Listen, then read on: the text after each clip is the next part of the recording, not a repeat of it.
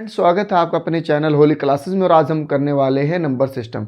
Number system का जो topic है ये उन बच्चों के लिए है कि जिन बच्चों ने केवीएस में पीजीटी मैथ का फॉर्म अप्लाई कर रखा है। अगर हमारा जो टारगेट है, हमारा टारगेट ये है कि हम 15 से 20 टॉपिक ऐसे कराने वाले हैं जिसमें से मोस्टली क्वेश्चन बच्चों के कवर हो जाएंगे। वैसे तो ये नंबर सिस्टम की क्लास एक ऐसी क्लास है, इसमें 11th 12th किसी भी क्लास का बच्चा इसको देख सकता है। और ये सारे ही नंबर सिस्टम ये बच्चों की स्टडी में जब तक मैथ्स पढ़ते रहेंगे तब तक वो बहुत ही, ये वीडियो उनके लिए सब मतलब एक बहुत ही बेनिफिशियल वीडियो होने वाली है। आप देखते हैं हम नंबर सिस्टम को। ये नंबर सिस्टम है और नंबर सिस्टम में सबसे पहले फर्स्ट ऑफ ऑल आपको पता होना चाहिए कि नंबर्स 0 1 2 3 4 5 6 7 8 9 दीज आर 10 डिजिट इन हिंदू अरेबिक सिस्टम। ये हमारे पास एक हिंदू अरबिक सिस्टम में हमारे पास 10 डिजिट है हमारे इस पास। तो अब हम क्या करते हैं, हमारे पास पता होना चाहिए कि नंबर होते क्या है। A number is denoted by a group. A number is denoted by a group. ये एक नंबर है और डिनोट करते हैं जैसे कि कोई ग्रुप है, नंबर का कोई ग्रुप है, उसको हम जो डिजिट है उसकी डिजिट के ग्रुप को हम डिनोट करते हैं न्यूमेरल से। और ये न्यूमेरल क्या है? न्यूमेरल है एक सिंबल, नंबरों का एक सिंबल है। अब हमारे पास आते हैं नंबर की फेस वैल्यू और प्लेस वैल्यू क्या होती है। तो नंबर की फेस वैल्यू और प्लेस वैल्यू की हम बात कर रहे हैं। The face value of a digit, किसी भी डिजिट की, किसी भी मान ले कोई भी नंबर है उसमें कोई एक डिजिट है और उस डिजिट की जो फेस वैल्यू होगी इन न्यूमेरियल में इज इट्स आउन वैल्यू, वो उसकी अपनी एक वैल्यू होगी। क्या होगी? अपनी एक, खुद ही उसकी एक वैल्यू होगी, मतलब कि फेस वैल्यू होगी। कि जैसे कि आप 4 है तो 4 की फेस वैल्यू 4 ही होगी। वो जैसा दिखने से है, आपको कोई कह रहा है कि भाई आपकी फेस वैल्यू क्या है, तो कोई भी आदमी है आपकी फेस वैल्यू क्या है, आपके जाते वो काम हो गया, आपकी फेस वैल्यू अच्छी है। आपको देख तो मान ले 4 को देख के 4 ही बताया जाएगा, तो उसी को हम फेस वैल्यू कहते हैं। जैसे ही face value of a digit in a numeral is its own value. अब है प्लेस वैल्यू। प्लेस वैल्यू में हमें क्या है? Place value of a digit is unit. हमारे पास यदि फर्स्ट डिजिट है, मान ले यूनिट डिजिट के प्लेस पे कोई भी डिजिट है, तो हम उसकी जो प्लेस वैल्यू होगी वो 5 × 1 यूनिट से मल्टीप्लाई हो गया तो वो 5 ही रहेगी। अगर वो 10 प्लेस पे है तो 5 × 10 50 हो जाएगी प्लेस वैल्यू। 4 पे है तो 100 की मल्टीप्लाई, और 1 2 3 4 पे है तो 1000 की मल्टीप्लाई। और ये देखिए 0, अगर 0 हमारे पास 6 टर्म पे भी हो, 5th पे भी हो, 4th पे भी हो, यूनिट पे भी हो, 10th पे भी हो, तब भी हमारे पास 0 की प्लेस वैल्यू 0 ही होती है और इसकी कोई भी एक्सटर्नल मतलब कि या इसकी प्लेस वैल्यू एक्स्ट्रा नहीं होती। अब हमारे पास है, नोट करके लिखा है मैंने, प्लेस वैल्यू ऑफ 0 इज 0। 0 की प्लेस वैल्यू 0 ही होती है। अब हमारे पास आते हैं टाइप्स ऑफ नंबर्स।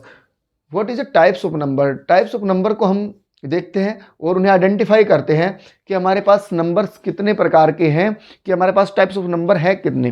तो टाइप्स ऑफ नंबर के एक है नेचुरल नंबर। नेचुरल नंबर्स को हम डिफाइन करते हैं तो counting number are called natural number starts from 1।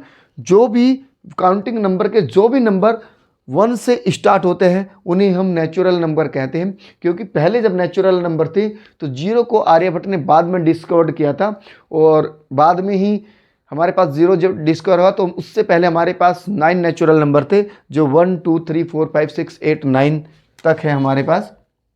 ठीक है। और जैसे कि अभी आप क्वेश्चन करोगे कि सर फिर ये बताओ रावण के 10 सर कैसे थे, तो रावण के 10 सर ऐसे थे। मैं आपको बताता हूँ, रावण के 10 सर ऐसे थे, ना कि इस फॉर्म में। ठीक है। अब हमारे पास पता चलता है, नेक्स्ट आता है वोल नंबर्स। वोल नंबर्स क्या होते हैं? All counting numbers starts from 0। जो सभी काउंटिंग नंबर जो स्टार्ट होते हैं 0 से is called whole number. Note 0 is not natural number. 0 हम नेचुरल नंबर नहीं लिखते, ये मैंने अभी इसका रीजन आपको बताया हूँ।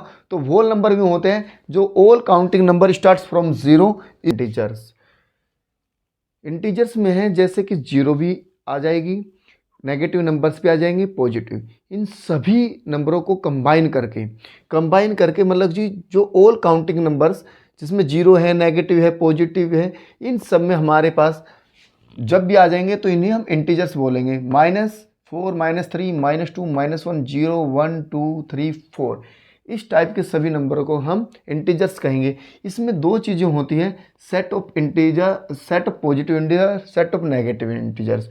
आप इधर देखेंगे तो ये पॉजिटिव इंटीजर्स हैं और ये हमारे पास नेगेटिव इंटीजर्स हैं, और जीरो को भी हम पॉजिटिव इंटीजर्स में ही काउंट करते हैं।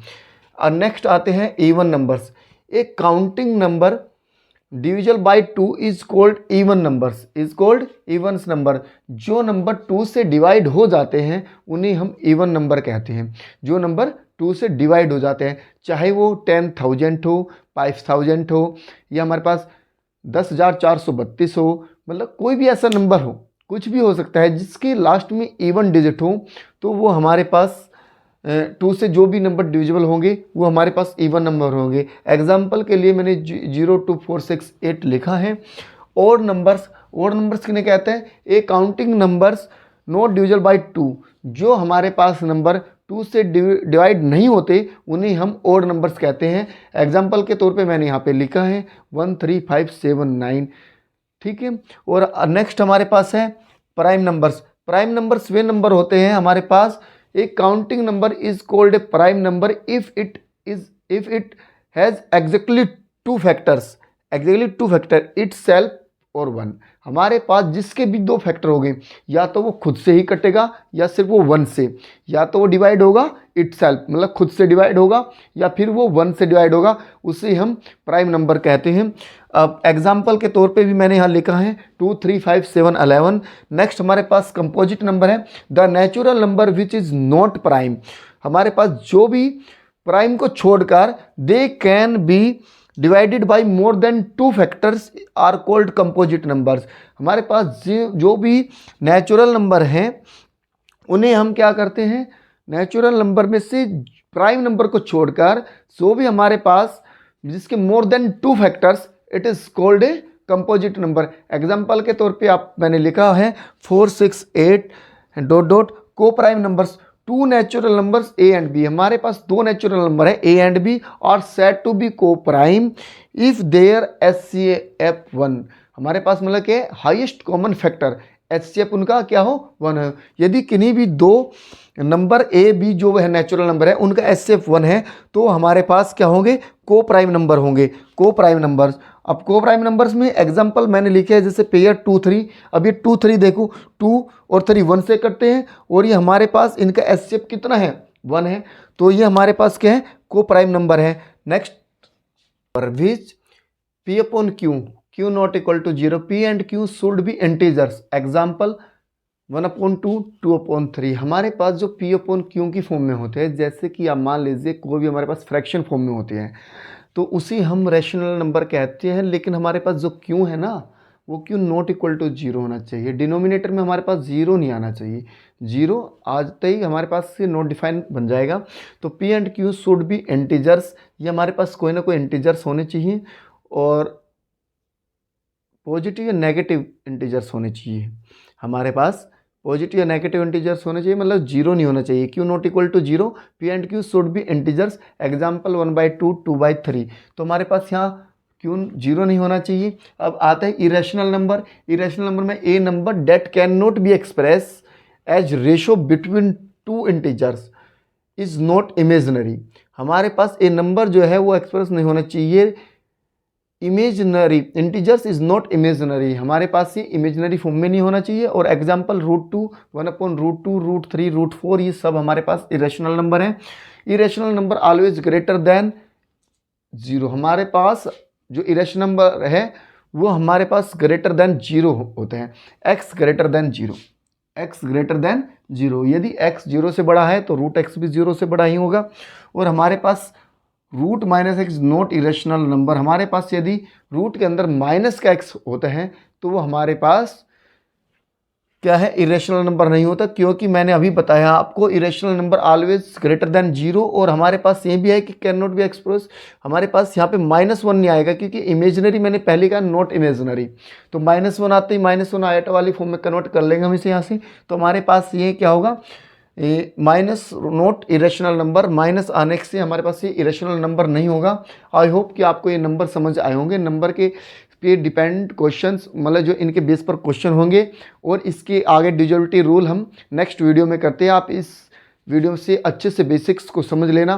कल हम इसकी एक अच्छी वीडियो देने वाले हैं आपको, और आई होप आपको ये वीडियो समझ आई होगी। वीडियो समझ आई तो वीडियो को लाइक और सब्सक्राइब जरूर करें, जिससे नेक्स्ट आने वाली वीडियो आपको समय पर मिल जाए, इसलिए बेल आइकन को भी ऑन कर दें।